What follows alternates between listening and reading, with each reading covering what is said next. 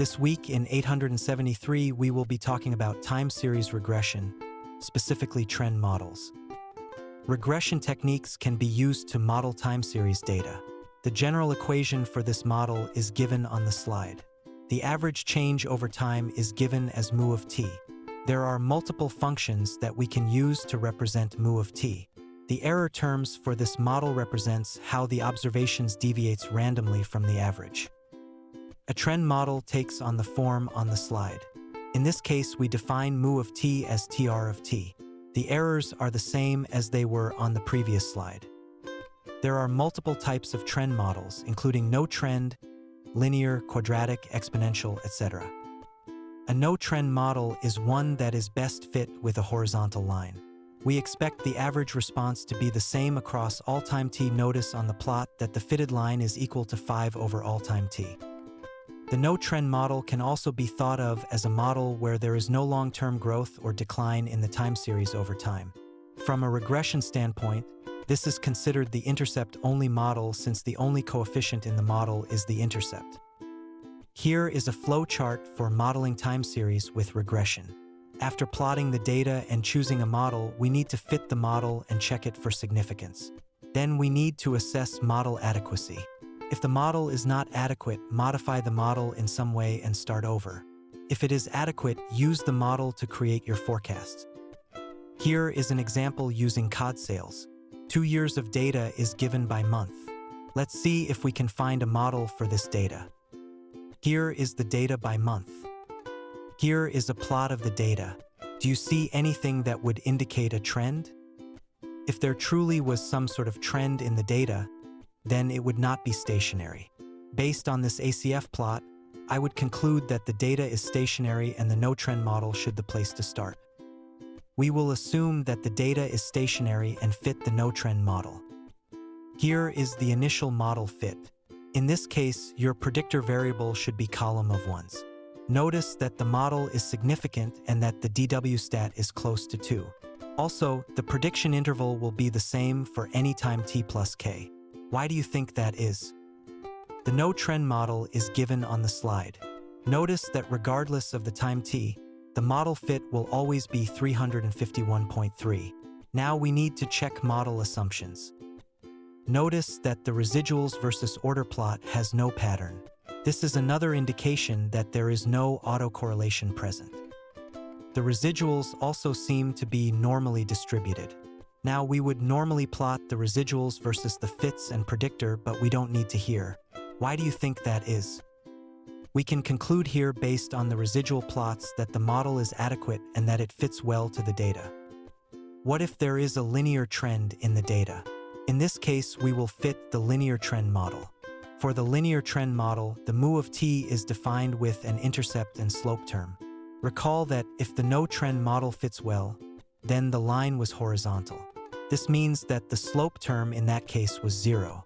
In this case, the response fluctuates randomly around an average level that increases or decreases over time. This type of model is considered a first-order model. Here are some examples of linear trend models. The one on the left has a negative slope.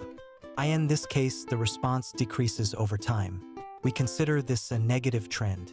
The one on the right has a positive slope. We call this a positive trend since the response increases over time. A quadratic model is considered a second-order model. It has 3 terms in it. These are the intercept, trend or slope, and a pure quadratic term. A quadratic model seems to fit well when the data exhibits curvature. The next couple of slides show some examples of quadratic trends. These two have positive trend coefficients. These two curves have negative trends. Let's look at an example using loan requests for 2 years by month. Let's try to determine between a linear and quadratic fit. Here is a plot of the data. Would you expect the linear or quadratic to fit better based on this? Based on the ACF plot, we can see that the series is not stationary. This should not surprise you since we saw some sort of trend in the data. Initially, we conclude that there is indeed some trend in the data, but we need to figure out what it is. You should recall that by fitting a lower order model first, we run the risk of biasing our estimate for the variation. On account of this, we will fit the quadratic model first. Here is the model fit for the quadratic function. The red line represents the fits and the black one represents the data. We are also given the accuracy measures MAPE, MAD, and MSD. Recall that the smaller the values, the better the model fit. We can compare these to the linear model fit to help with our model choice. Here are the model fit details. The model is significant, as are each of the predictors. The VIF is over 10, but not by much. The RSQ, ADJ, and RSQ, PRED, are both high, greater than 98%. Based on these, the model seems to fit well. Now let's check for model adequacy. The first thing that we do is check for autocorrelation. Notice that the DW statistic is quite close to 2, which means that we probably don't need to worry about autocorrelation. The upper bound for the test with n equals 24 and 2 predictors is approximately 1.55. Since 2.18 greater than 1.55, we fail to reject the null for that test.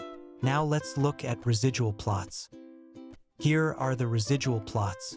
Everything seems to be fine with these plots.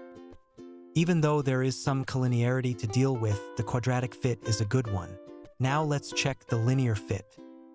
Here is the trend analysis. These accuracy measures are larger than the measures for the quadratic fit. Here is the model fit details. The RSQ, ADJ, and RSQ PRED are quite high, although not as high for the quadratic fit. The low end of the range for the DW test in this case is approximately 1.21. The DW statistic here is quite close to that number. Officially, we would claim that the test is inconclusive. In this case, it is much too close to the bound. Now let's look at the residual plots. The plots of the residuals versus fits and residuals versus order seem to have the pattern that they get larger in the middle than on the ends. This should make you suspicious of the assumptions. For the linear model, the fit statistics are high, which means that the model fits well. The problem here is that there is structure in the residuals that indicated possible non-constant variance and autocorrelation. My recommendation here would be to use the quadratic model. It yields better fit statistics, better accuracy measures, and does not seem to have structure in the errors. The only issue in this case could be the collinearity, but with both significant partials and a significant overall regression test, the collinearity is minor at best. In some cases, higher order than quadratic type models could be utilized. We would fit these models by just including the kth order term to the model. We need to preserve hierarchy here, so all of the k1, th order terms would need to be in the model as well. One concern about these types of models is collinearity. Usually, the higher order the model is, the more severe the collinearity is. Also, don't forget about parsimony. If two competing models are similar in everything and one has 5 terms and one has 2, we would choose the model with 2 terms. Sometimes, series exhibit growth or decay over time. This type of process will not be modeled well by a polynomial model. In this case, we will use an exponential growth curve. The general equation to model exponential growth is given in the slide. Notice that the function is not linear in its parameters. Now it could be made linear if we choose. How would you accomplish this?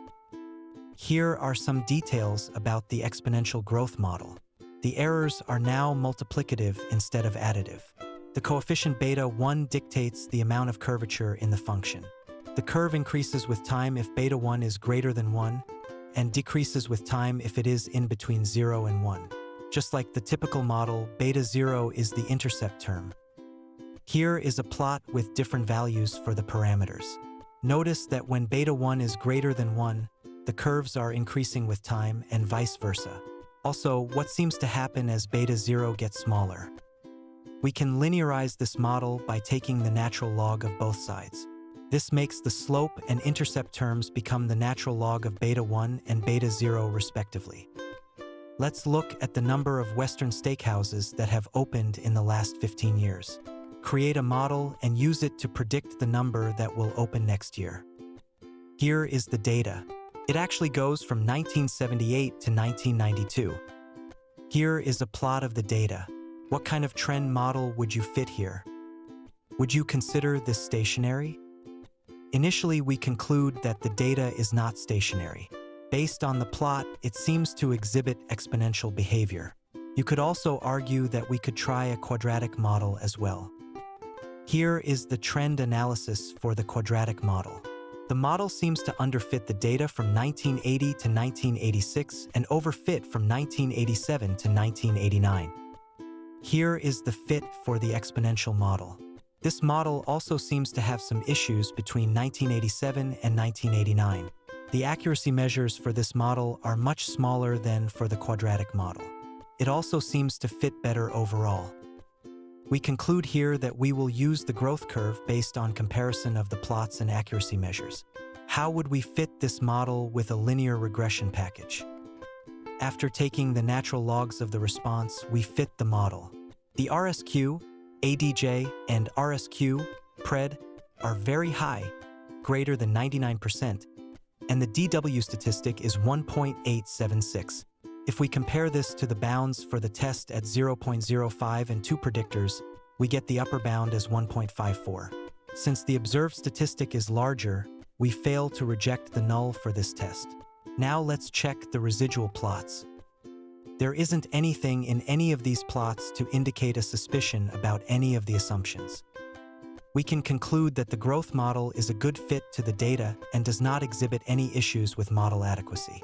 Now we can use it to create a prediction interval for 1993. Here is the interval for 1993. Recall that we took the natural log of the responses so that we could use a regression package to fit the model.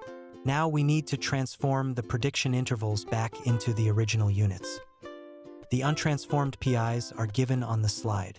We interpret this interval as being 95% confident that the number of steakhouses that will open in the next time period will be between 401.22 and 581.67. Next time, we will discuss seasonal variation in regression modeling.